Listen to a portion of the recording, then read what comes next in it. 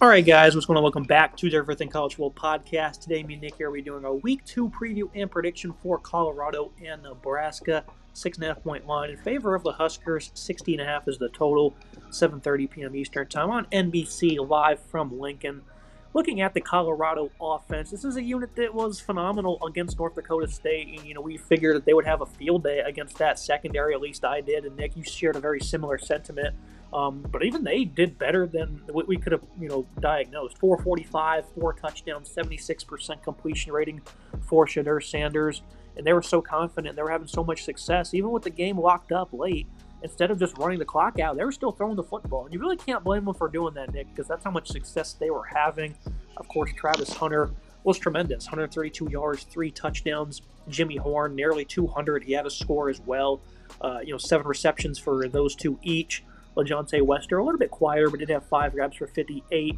And you also have Will Shepard, who had 2 receptions for only 23 yards. But, this is a great foursome they have here, Nick, in terms of pass catchers. A great unit led by a phenomenal quarterback. And we'll talk about the offensive line, but even with pressure in his face, he was so good at finding his soft spots. His receivers were able to win, as North Dakota State just did not have speed. They didn't have great athletic ability, and that's what we talked about, so it wasn't much of a shock. It's not going to be the same against Nebraska. This is going to be a much different secondary, one that for the most part in this game last year played pretty well until late in the game. They were able to really start freeing up some space. Shedeur was very accurate, ended the day with almost 400 yards. What do you feel about this passing attack going into this game? A massive road contest. Obviously, again, the offensive line was less than stellar, and we'll talk about them more in detail in a second. But in terms of passing attack, it's one of the best in the country.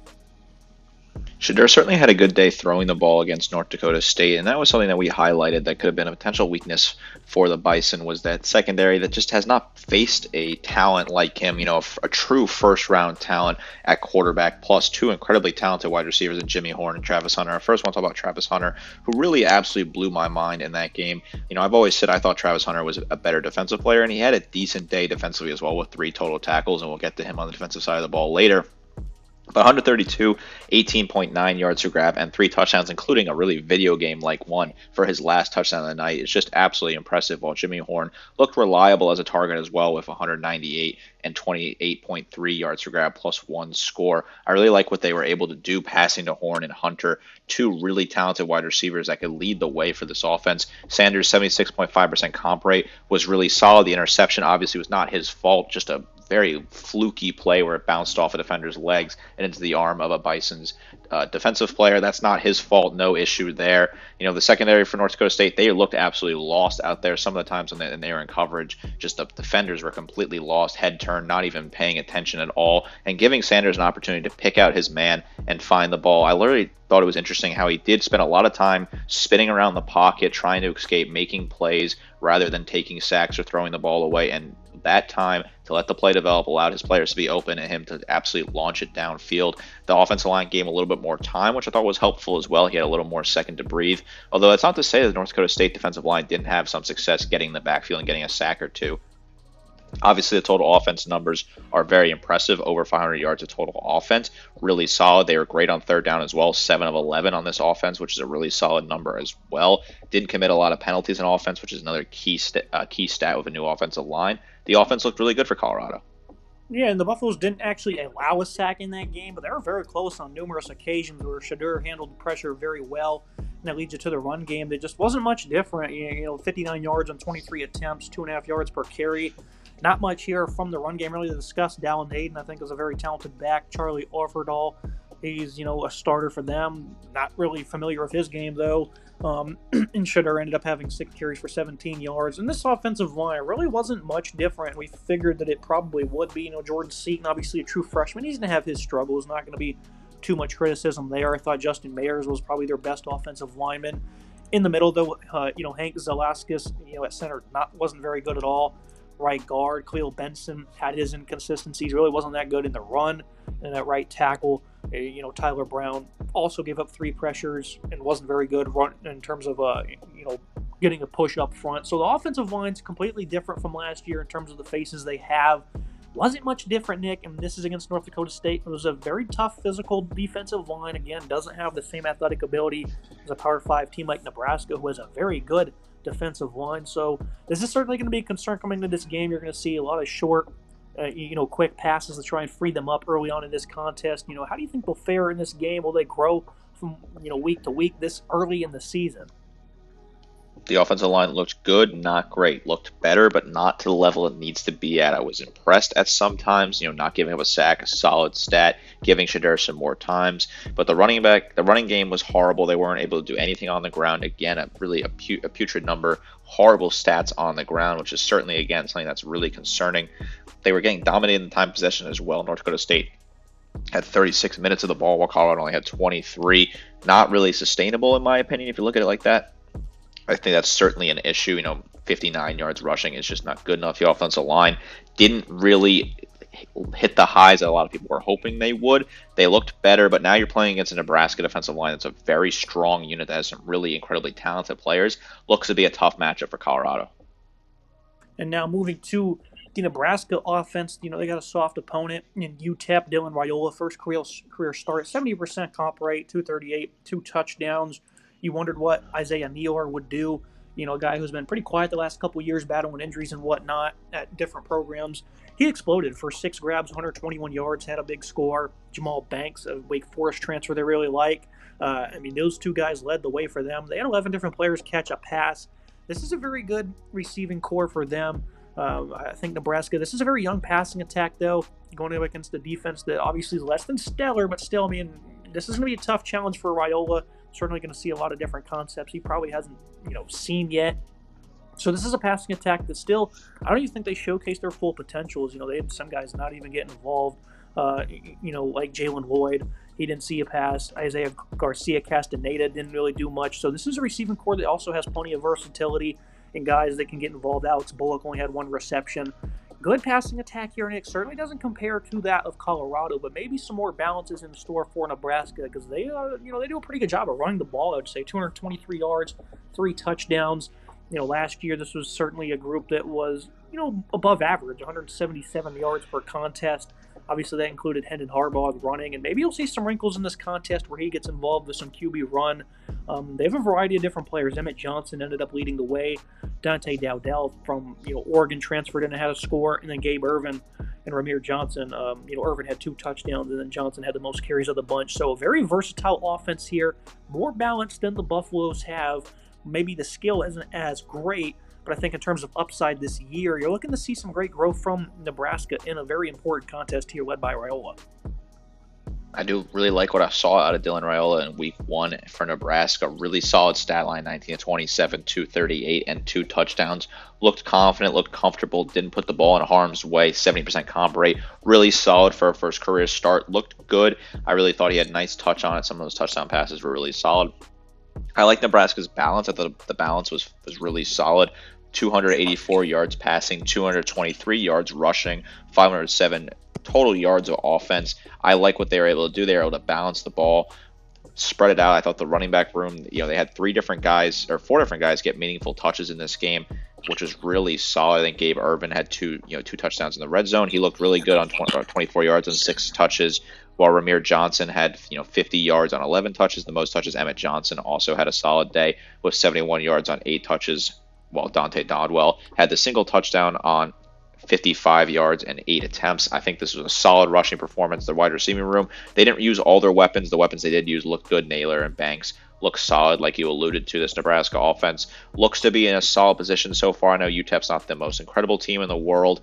They dominate time of possession as well, which I think Nebraska could do in this game against Colorado. Is they could absolutely dominate the time of possession, similar to what North Dakota State did, and really that could put Colorado in a tough position if this Nebraska team is going to just be able to run the ball, chew clock, and find themselves in a good position dominating the time of possession game. And another team that also is, over the last couple of years had a very bad offensive line is Nebraska, but they looked phenomenal in the opener, and this is a group we expected to really gel this year with all the experience they have. Turner Cochran showcased great improvements, at least in this first game. They have a younger guy in Justin Evans-Jenkins, who is their best pass blocker. Ben Scott is a phenomenal center. Micah Mazukawa, he transferred over from Florida, was at Baylor before that. So this is a guy that played very well in his debut. And then they have another veteran in Bryce Ben Hart, who was a great run blocker for them. 2 tackles there, Nick, that we've been highly critical of in the past. They're playing a Colorado defensive line that certainly looked better, and we'll get to them in a second. But these tackles will certainly have some tough challenges because they're going to be facing some pretty good edge rushers for the Buffaloes.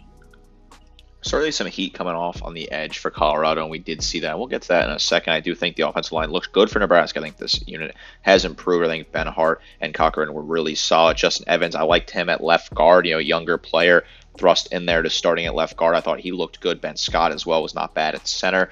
They were able to create nice running lanes. They gave Raiola a lot of time, gave him opportunity to sit in the pocket and make his passes complete, looked comfortable. This offense was solid. They were 11 of 17 on third down. I think that's solid efficiency. Over 2 on fourth down, which is a kind of interesting stat when you look at that, but I don't think that's really that big of a deal early on. They're sort of just testing out the playbook. I like what they were able to do on offense. I think the offensive line stood its ground. I think Raiola looked really good. The wide receiving room has a lot of talent that's still yet to be unleashed. And then when you look at the running back room, they were really balanced. Now looking at the Colorado defense, this team was pretty good against the run. 43 attempts. They only gave up a $157 and 2 scores to a team that loves to run the football, and they're very physical in doing so. They were very good, I thought. This is a defensive line that certainly played with a different attitude, and obviously this is probably the most improved positional group on the roster. You talk about those edge rushers, Deion Hayes, Samuel Okunlola, BJ Green. They certainly had, average games, I guess you could say. Amari McNeil, another player that gets involved. But I think the growth is certainly going to be imminent for this pass rush throughout the season. I think these are some very talented players they were able to go out and get. None of those names I mentioned recorded a sack. They only had 2 as a team, but those guys were frequently winning, it seemed, and they were able to get in the backfield. Green and Hayes specifically had a tackle for loss each. So, those are guys that are certainly impressive, and I thought, the best player for them was Chidozie Nwankwo. He was phenomenal against the run, looked good as a pass rusher. The Houston transfer on the interior, very good player there. This is going to be a different challenge, though, Nick, because, again, even though that's an FCS team, it's very good, and they run a certain style, and they do it very well. This is certainly a defensive line that still has to be proven. Ryan Bull, Teron Carter, some other names that we didn't really see produce much in the season opener. But this is a defensive line that is certainly, I think, built for moments like this, going on the road and playing a good Nebraska team that's going to be improved up front themselves. This is where they have to win the game, and I think they're certainly capable of maybe doing so, which is crazy to say compared to last year, considering how poor they were. BJ Green looked solid in his first appearance for Colorado. He had a tackle for loss. Was in the backfield, was a constant presence when he was on the field. I thought he was solid. Nwankwo was really good as well. Had that sack like you alluded to, tackle for loss. Good numbers from him. Shane Cokes, I thought he was okay as well as a returning piece. Didn't really do a whole lot, but he had 2 total tackles. I thought he was a solid presence on that line. And Samuel Okwakolo as well was solid on this defensive line. I thought they had a good rotation. They were able to bring in different guys. Deion Haynes was solid. He had 5 total tackles, which is a really solid number for him, plus a tackle for loss. I thought he was a good player that felt comfortable coming off that edge there and looked to be a solid presence. I was impressed at times. They were able to get in the backfield. They certainly put Cam Miller in the ground in the backfield once or twice, who was a really mobile and good escape artist for that North Dakota State offense. I like what I saw of this defensive line. It looked better. There's still a lot of work to do, and they're certainly going to be facing a tougher team in Nebraska here. And I want to see what this defensive line continues to look like. Can we see a little bit more out of BJ Green? Is he going to get some more snaps? I want to see what he's going to be able to do. And they look at the middle of this defense. Levante Bentley really starting to emerge as a playmaker for them. He was a sound tackler, but he wasn't great against the run. Wasn't great in coverage. Trevor Woods, the converted safety, I think he's still going to be a good leader for them, but he also was not very good in coverage. I mean, early on, he got absolutely burned in a mismatch. A guy that certainly is going to improve throughout the year. The linebacker seems to be a bit of, a less than stellar unit for them, and this has got to be an area they look to attack, trying to get matchups with our running backs, Nick, that are, obviously pretty deep at that position, but also in terms of, versatile run game, showcase some misdirection. Pulling linemen, I think, can certainly, overwhelm with their physicality. The linebackers are going to be just as important as this defensive line for Colorado because they can't do all the heavy lifting. And even though I definitely think they're going to showcase improvement throughout the year, they're still a group that has to prove that they can handle a lot of muscle up front. So the linebacking group has to be key, especially in a game like this. I think Bentley is certainly capable of shooting run lanes and being productive against the run, but he's going to need more help. I was disappointed in the linebacking core, even though Trevor Woods led the team in tackles in the first game with 10 total tackles. He got beat a few times in coverage, a couple missed tackles, did not have the best night. Levante Bentley, I was more impressed with him. I thought Bentley was solid. 5 total tackles plus a tackle for loss, which was a sack. I thought he was solid. Bentley was a good pressure against the run, a good leader in the middle there. I thought Bentley had a nice night. He's going to have a big day against Nebraska if this Colorado team wants to be competitive and win this game. He's got to have a huge day, got to stand up in the middle there and really make his presence be known. Woods has got to look better in coverage as well against this Nebraska passing attack. Definitely some question marks at the linebacking room. I think Bentley looked good. Woods, I need to see a lot more out of him. Now you look at the Colorado secondary that, I certainly think still has good players across the board. And, of course, that's led by Travis Hunter. Of course, Shiloh Sanders had, a pretty ridiculous penalty on him. DJ McKinney, Preston Hodge, some transfers that they think can be really good for them. The secondary was not very good, though, against North Dakota State, a team that does not typically throw the ball a whole lot with a whole lot of success, and they were getting pretty much torched, almost 300 yards allowed, and a touchdown as well. But this passing attack, early and often for the Bison, were winning, and they ended up having a 77% completion rating. It was not good. Still too much free open space. Bad, discipline really in that secondary for Colorado. Now you're facing a quarterback who's a 5-star, who has a talent across the board, a lot more than what North Dakota State has, so it really just wins on scheme and physicality, and they're having a lot of success through the air, Nick. So we thought that they would run the ball very well, and it was about the passing attack that kept them in this game and almost won it for them. So I think this is certainly a concern going against this group of pass catchers on the road. This is certainly a concerning secondary that had a tough day at times against this North Dakota State team. I think that was certainly a concern. They ended up throwing for 292 yards passing. Looked solid at times. Cam Miller was decent through the air. And now you have a secondary that, had some decent moments, but also had some bad moments. Travis Hunter looked good with his 3 total tackles, looked good in coverage. Shiloh Sanders, he had 9 total tackles, but his discipline's an absolute problem. Really, he could have got at least 3 or 4 penalties for some of his actions after the play, and obviously he had that big one that kind of went around on social media.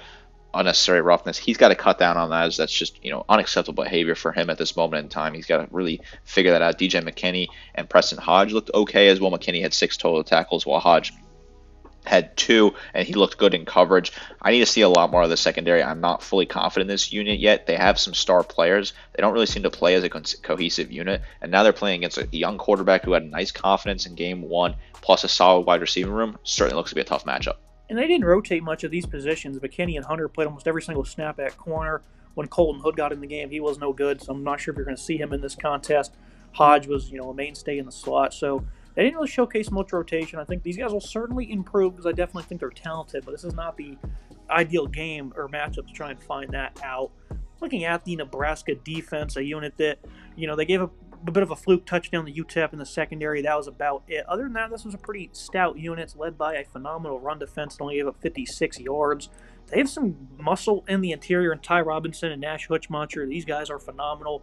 Combined 3 TFL in that season opener. Obviously, this is a group that also has plenty of youth to, work around the unit. But those 2 right there in the middle, that's what it's going to be about. Jamari Butler is a phenomenal player. Cameron Lenhart, I think he's going to step up as the year goes on. Princewell Unimanellan as well. 2 sophomores there that certainly are looking to make an impact against an offensive line that was shaky. And then they have a veteran, MJ Sherman, that can hopefully be a nice edge pressing here in Tony White's 3-3-5 defense. This is a great run defense, Nick. Last year they were playing Colorado very tough on the road. Offense did them no favors, and then eventually the Buffaloes were finally able to break loose and kind of put this game away. I know Nebraska's certainly going to have that in their mind, and they don't want to have a repeat of last year, but I think this is a matchup that's very winnable for them, especially up front. I do think it's a matchup that's winnable up front. I do like what I saw out of this defensive line for Nebraska yesterday. There were some solid moments. Ty Robinson, 2 total tackles, 2 tackles for loss for him. Decent numbers. Nash Hutchmuncher was solid as well. 3 total tackles plus tackle for loss for him. He's a big physical player there. Jamari Butler as well was solid off the edge. Want to see a little bit more out of him. He had 1 total tackle, but I do like some of the movements. He had Princewell Unimanellan as well. He got some snaps, 2 total tackles for him, a half tackle for loss as well. So some good rotation there. This is a unit that I think that you and I were both pretty high on to start the year, and they were decent yesterday. They really had a good success against this UTEP rushing attack. UTEP was only able to go for 56 total yards on 24 attempts. They were able to hold them to 205 total yards of offense as a defense. So a really solid start to the season for this Nebraska defense. And they rotated a lot. Not many guys saw more than 30 snaps. A guy that did play a lot, though, Stephon Thompson, the Syracuse transfer. They inserted him right away when his reunion with Tony White. John Bullock, a star for them in the middle. This is a really good linebacking group here. And Mekhi Gabor, he ended up being the best player, was a phenomenal run defender in this game. He had a TFL and a half, and as a very young player there. So this is a linebacking group that's clearly much improved with some of these younger guys getting involved. And you talked about it with Colorado as well.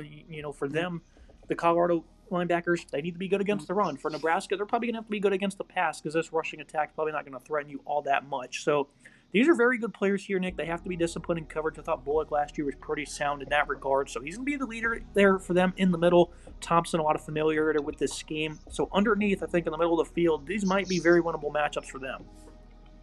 Bullock and Thompson each had 2 total tackles. I think Thompson looked pretty solid plugging him into this system, while Gabor was really solid, 5 total tackles, 1.5 tackles for loss for him. Really good numbers. I really like what I saw this linebacking core. I think this unit has some nice rotational depth. I think Bullock was solid. Thompson, I think he's going to get better as the season goes on. I like the middle of the field here. I think this is a good matchup for them. In the biggest matchup, that was going to be in the secondary. Everyone in the secondary saw 30-plus reps last week. Or last game, yesterday it is. This is a secondary that's got a lot of veterans, a group that we think is going to be very good this season, and they have very tough ask against these receivers. It's one of the best groups in the country. Tommy Hill, a phenomenal corner. It's going to be a lot of weight on his shoulders. Marquise Buford on the other side certainly has at times had inconsistencies, but this is a player that a duo really that's going to have a lot of pressure in terms of coverage. But more importantly, Isaac Gifford, Deshaun Singleton, 2 very good safeties, especially Gifford. I mean, this guy last season was just phenomenal for Nebraska. And, there's certainly, in terms of, being disciplined, giving up free space, that's not something this team typically does. And they were very good against the pass last year. 86 tackles, 8 PBUs, for Gifford. I mean, he was phenomenal. Malcolm Hartzog, a guy that, was less than stellar at times last year, 5'9", 175, a guy they're certainly going to lean on as well, ended up being the leading tackler in yesterday's contest. So this is a secondary full of veterans, a group that certainly doesn't give up a whole lot of plays. Last year, late in that second half, they started up giving some big plays. It kind of started falling apart for them. They're looking for payback this year, Nick. I mean, this is a veteran group right here. I think this is a matchup where they're just going to have to play man coverage. They're going to have to lock up and be stellar. Their zone, though, in this contest last year, for the most part, was very good. So I think this is a secondary that can definitely slow down these wide receivers, but it's going to be tough, and you have to do it very consistently because one coverage bust, one mismatch, and the game could get blown wide open. Certainly agree they have to be on their toes and totally focus in this game. Hartzog had a really solid day for this Nebraska team, led the team in tackles, 5 total tackles, plus had a pick. Looked really solid there. I was happy with what he looked like early on. I think he's a solid for Marquise Buford as well. He looked good, 3 total tackles for him. He was solid in coverage. I like what this unit has. This unit's going to get better throughout the season. They got burned last year at times. They definitely are not forgetting that. They were solid against the pass, gave up only 149 total passing yards, as well as had 2 picks. I know UTEP's not a very good offense, but still 2 picks is a solid number. Raheem Stewart had the other pick. He returned that for 18 yards. So a good day for the secondary overall. Obviously getting a much tougher test here against Colorado. Want to see how they fare. I think they'll be pretty solid here. Definitely a matchup you want to keep your eye on. If Colorado can find some success early on, they could be in a good position. I do trust this Nebraska secondary, though. And Hartzog was the one that ended up giving up that touchdown. He was right with the receiver instinct for most of the play and just kind of lost the ball right there before it reached the pass catcher. So tough play for him, but overall a guy that's certainly going to be solid, I think, in this contest. Look at the team comparisons. I think for Colorado, it's going to be a clear edge at quarterback and wide receiver. The rest of it across the board for Nebraska. I don't think there's much of a debate, really. Maybe from a talent standpoint, Colorado, because they have some newfound depth, maybe you can try and make an argument for that. But I think Nebraska, this is a proven unit. These guys all played last year, and they proved how good they were. I think in every other area, though, they certainly have a clear advantage. Nick, any concessions from you, or do you think this is pretty accurate? I think this makes a lot of sense to me. I think this is a very fair comparison here. Obviously, quarterback and wide receiver are very dominant units for Colorado. I think they're going to beat most teams in the tape with those 2 options, if we're going to be honest with you. Running back room, you can't give that to Colorado, considering they really just have not done anything at all so far. But then you look at the defensive side of the ball. I think the Nebraska defense takes the cake across the board, although maybe you want to make the case for secondary at times. I can't make that argument, but certainly I think some people would try to. Now looking at the final thoughts and the prediction, this is going to be an interesting game, a massive contest for Colorado, an opportunity to probably maybe break into the top 25. They can beat a very good Nebraska team. Keys to the game, for Colorado, the offensive line has to be better, even though they didn't allow a sack. They were giving up pressure, and this is a team that, against Nebraska, they're not going to allow much on the ground, I don't think, and that's pass rush is certainly going to be a little, extreme, especially on the interior, a very winnable matchup. And I think their secondary also has to be very good for the most part, especially in the long down and distances. You also want to see that rushing attack. You want to see Colorado, though, have a similar performance from last week against the run. Be serviceable. They're pretty good, I thought, against the run, against the Bison. And, of course, you want to be able to run your own offense and be successful doing so. I think Nebraska's going to win this game, though, 35-24. I think the secondary is going to control them. I think they'll win on the interior, on the defensive line. And I think they'll have pretty good balance as well. You're hopeful that Raiola won't make mistakes. But I think they're going to have pretty open matchups. The secondary, again, has good players, but just, it takes a while to gel together. And they didn't look very good last week against a team that's not very talented in terms of pass catchers. Now you have legit ball players here. So I think they're going to win that matchup. 35-24 here. Obviously, you're hoping Colorado can outscore Nebraska, but against this defense and this matchup on the road, just don't think it's going to happen. This might be a very bad game for Colorado. I don't think it'll be a complete blowout, though, but I think the writing might be on the wall for that to do so, Nick, especially if Nebraska forces a turnover, too. They could blow things wide open. I think they can certainly blow things wide open. I have Nebraska winning this game 38-30. I think they're the better team in this game. I think their defense will be able to get a bunch of key stops. I really like what they have in the secondary. I think the linebacking core is solid as well.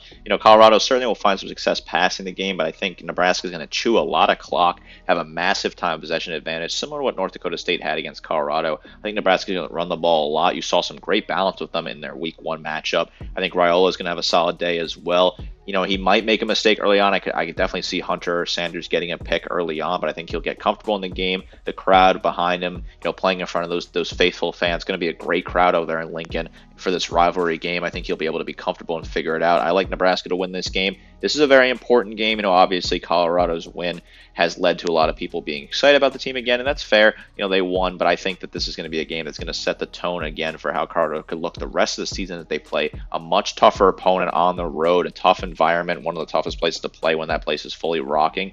And I expect Colorado to be competitive at first, but tail off towards the end of the game, giving Nebraska a big key win and giving Matt Rule a nice win to put on his resume as he sort of tries to build this Nebraska team with a great young quarterback, a really solid offense, and a great defense.